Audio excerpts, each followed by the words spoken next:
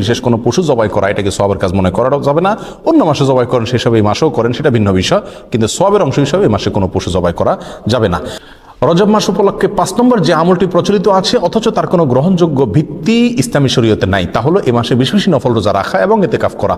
অনেকেই এটাকে খুব সওয়াবের কাজ মনে করেন যে রজব মাসে বেশি বেশি করে নফল রোজা রাখতে হবে। আর মজার বিষয় হলো বহু হাদিস বর্ণিত আছে এই রজব মাসে নফল রোজা রাখার বিষয়, তার একটিও বিশুদ্ধতার মানদণ্ডে উত্তীর্ণ নয়।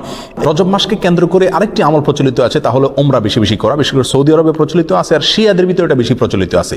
শিয়ারা গোটা রজব মাসকে কেন্দ্র করেই অনেক আনুষ্ঠানিকতা করে থাকে, যার একটা প্রভাব আমাদের সমাজে পড়েছে, কারণ শিয়াদের অনেক প্রভাব এখন আমাদের সমাজে রয়ে গেছে, যার কারণে রজব মাসকে খুব বেশি ঘটা করে আমরা অনেকেই উদযাপন করে থাকি।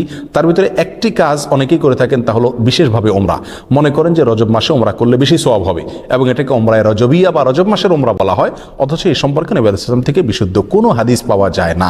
একটি হাদিস আছে সহিহ বুখারীতে, আব্দুল্লাহ ইবনে ওমর রাদিয়াল্লাহু আনহু বর্ণনা করেছেন, তিনি বলেছেন নবী আলাইহিস সালাম 4টি উমরা করেছেন এবং তার একটি ছিল রজব মাসে। তখন আম্মা জান আয়েশা রাদিয়াল্লাহু তাআলা আনহা তাকে খণ্ডন করে বলেছেন যে নবী আলাইহিস সালামের 4টি উমরার প্রত্যেকটি উমরায় তিনি সঙ্গে ছিলেন, তার কোনো উমরা রজব মাসে ছিল না। রজব মাসকে কেন্দ্র করে অনেক জাল এবং ভিত্তিহীন হাদিসে বর্ণিত হয়েছে। তার ভিতরে একটি হলো রজব আল্লাহর মাস, শাবান রাসূলের মাস, আর রমজান হলো তার উম্মতের মাস। এরকম একটা হাদিস অনেকে বর্ণনা করে থাকেন। এই হাদিসকে হাফেজ ইবনে হাজার আসকালানি রাহিমাহুল্লাহ বলেছেন, এই হাদিসে বর্ণনাকারীদের ভিতরে আবু বকর আন-নাক্কাশ নামে একজন বর্ণনাকারী আছেন, যে লোকটি মিথ্যুক এবং রাসূল সাল্লাল্লাহু আলাইহি ওয়াসাল্লাম নামে হাদিস বানানোর ক্ষেত্রে সে বিখ্যাত। আর তার সম্পর্কে অন্যান্য মুহাদ্দিসিন ইকরামের অনেকে আরো অনেক মন্তব্য করেছেন। তার ভিতরে ইমাম সৈয়দ রহমতুল্লাহ আল্লাহ মুসলিমের ভিতরে ইমাম সানানী রাহিমাহুল্লাহ মুজুআত নামক কিতাবে তার সম্পর্কে একই মন্তব্য প্রায় করেছেন, বিধায় এটিও জাল এবং ভিত্তিহীন হাদিস। অনেকে রজব মাস সম্পর্কে আরেকটা হাদিস বর্ণনা করে থাকেন, অনেক খুতবাতে অনেক আলোচনাতে আমরা অনেক হয়তো শুনে থাকবো, যে কোরআনের মর্যাদা সকল জিকিরের মধ্যে যেরকম শ্রেষ্ঠ, এরকম সকল মাসের ভিতরে রজব মাসের মর্যাদা শ্রেষ্ঠ।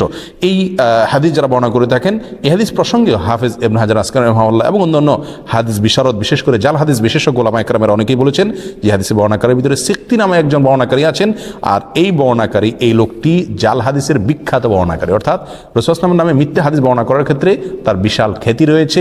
এ সম্পর্কে রিজাল শাস্ত্রে একেবারে চিহ্নিত এই লোক, যার কারণে এই বর্ণনাটাও ভিত্তিহীন, জাল এবং বানোয়াট, ভুয়া রাসূল সাল্লাল্লাহু আলাইহি ওয়াসাল্লামের নামে মিথ্যা হাদিস।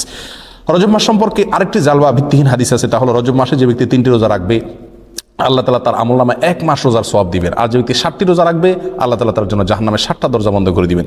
এরকম একটা হাদিস অনেকে বর্ণনা করে থাকেন এবং এই হাদিসকে জাল হাদিস সমগ্রের যত বই আছে, জাল হাদিসের কালেকশনের যত বই আছে, তার সমস্ত কিতাবেই এই হাদিসটি স্থান পেয়েছে। ইবনুল জাওজি রাহিমাহুল্লাহ আল মাওজুআত কিতাবে, সৈয়দ রাহমাতুল্লাহ তাআলা আল মুসনাআ কিতাবে, শাওকানি রাহিমাহুল্লাহ ফাওয়াইদুল মুজমুআ কিতাবে এবং তাবয়িনুল আজাব কিতাবে, ইবনে হাজার আসকালানি রাহিমাহুল্লাহ, এভাবে সমস্ত প্রায় জাল হাদিসের যে কিতাবগুলো আছে সেগুলোতে এই হাদিসটা স্থান পাইছে, অর্থাৎ এই হাদিসটি জাল এবং